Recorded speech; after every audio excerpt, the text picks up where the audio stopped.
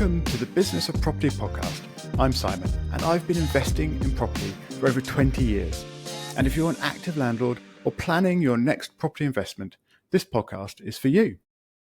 I hope you enjoyed this episode, and if you do, I would really appreciate it if you could tell one or two other property people about the Business of Property podcast.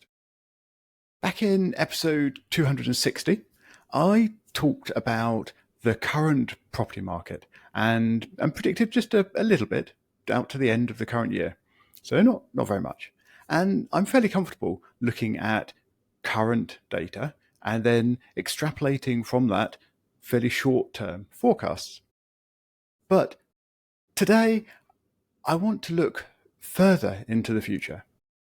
So I'm going to review some recent property market forecasts from other people who have got sophisticated models and more developed opinions on the more distant future.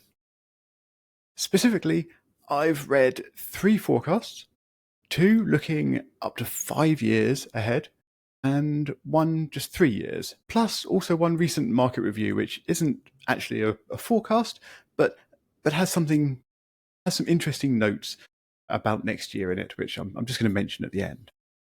So trying to look 5 years into the future seems really quite ambitious to me. So I'm just going to cover what they've all said about the next 3 years, so we can compare between them. And in fact, trying to predict 3 years ahead, I think, is really quite ambitious, especially in sort of the current world, which feels somewhat less predictable than one might hope it would be. In alphabetical order, I'm going to go through these 3 reports, and first up is one from Hamptons. Of course, the links to these reports will be in the show notes, so you can go and dig into them and investigate a bit more if you do want to. Now, overall, reading this report from Hamptons, it did feel a bit sort of negative in places, and that was reflected in their sales price forecasts. However, it wasn't really reflected in their rental pricing forecasts. So it's interesting how that sort of worked out, I think. Before we get into those pricing figures, though, they do start out with some base rate predictions, which I think are relatively mainstream.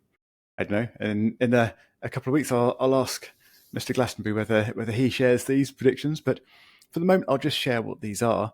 And they were saying that they expect the Bank of England base rate to fall to about 3.75% by the end of 2025. So that's a reasonable drop during that year. And then they expect the base rate to settle at around 3.5% in 2026. And that would then sort of be the longer term standard for base rate.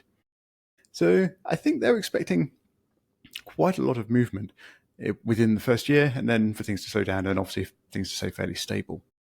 And I think heading towards that 3.5% sort of longer term standard is certainly what I've heard other people say, and certainly what sort of feels feasible. I'm not quite so sure about the speed at which we might get there, but we will see. That's what they're predicting anyway, and that's obviously going to have fed into their pricing models. So despite these falls in the Bank of England base rate, Hamptons and other people who have mentioned this seem to be saying that they don't expect these sort of actual available mortgage rates to be changing that much. Probably a little bit, but not very significantly, especially the longer term rates, because they are expecting the base rate to level out, and the current mortgages you can get, so 5 years or so, have already got this built into them.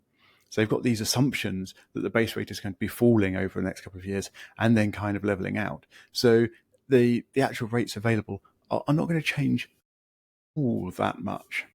So but we'll have to see what actually turns out to be the case. So let's get into the house price forecasts. So this is sales forecasts for Hamptons. And they think In fact, I'll just say upfront, everybody thinks prices are going to be going up over the next 3 years, and indeed up in every single one of the individual years. So Hamptons figures are a 3% increase in property prices in 2025, then 3.5% in 2026, and then falling back to only a 2.5% increase in 2027. Moving on to the rental pricing forecast for Hamptons.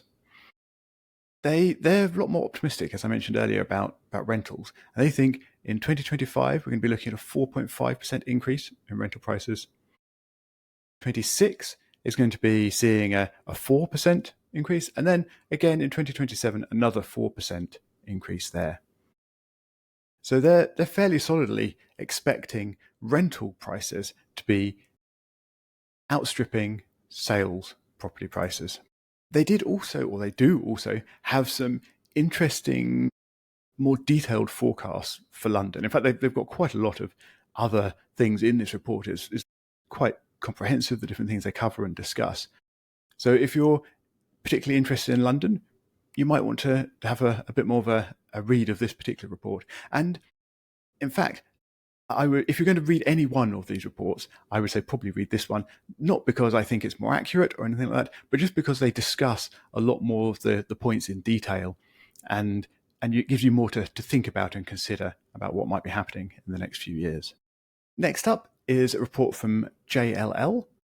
This report is much shorter, but it does have a very interesting graph quite early on in it showing 5-year growth levels over the last 25 years. Do go and have a look at the report if you want to actually see the graph. It is quite a good graph. But the summary of that graph is that before 2007, they were seeing, or they did see, around 60% growth per 5 years. But then there was a dramatic change in 2008. Of course, the financial crisis was the cause of this. And since then, there's only been around a 20% price increase or price growth in property in each of the 5 years since then, or sorry, in each year allowing for the 5 years prior to that, or considering the 5 years prior to that. Anyway, go and have a look. It's a good graph. I think it's quite interesting. But getting on to the prices that they forecast over the next 3 years. So property prices, they think 2025 is going to be a 3.5% increase, so a bit more optimistic than Hamptons. Then 2026, they're looking at a 4% increase, so again, a little bit more optimistic.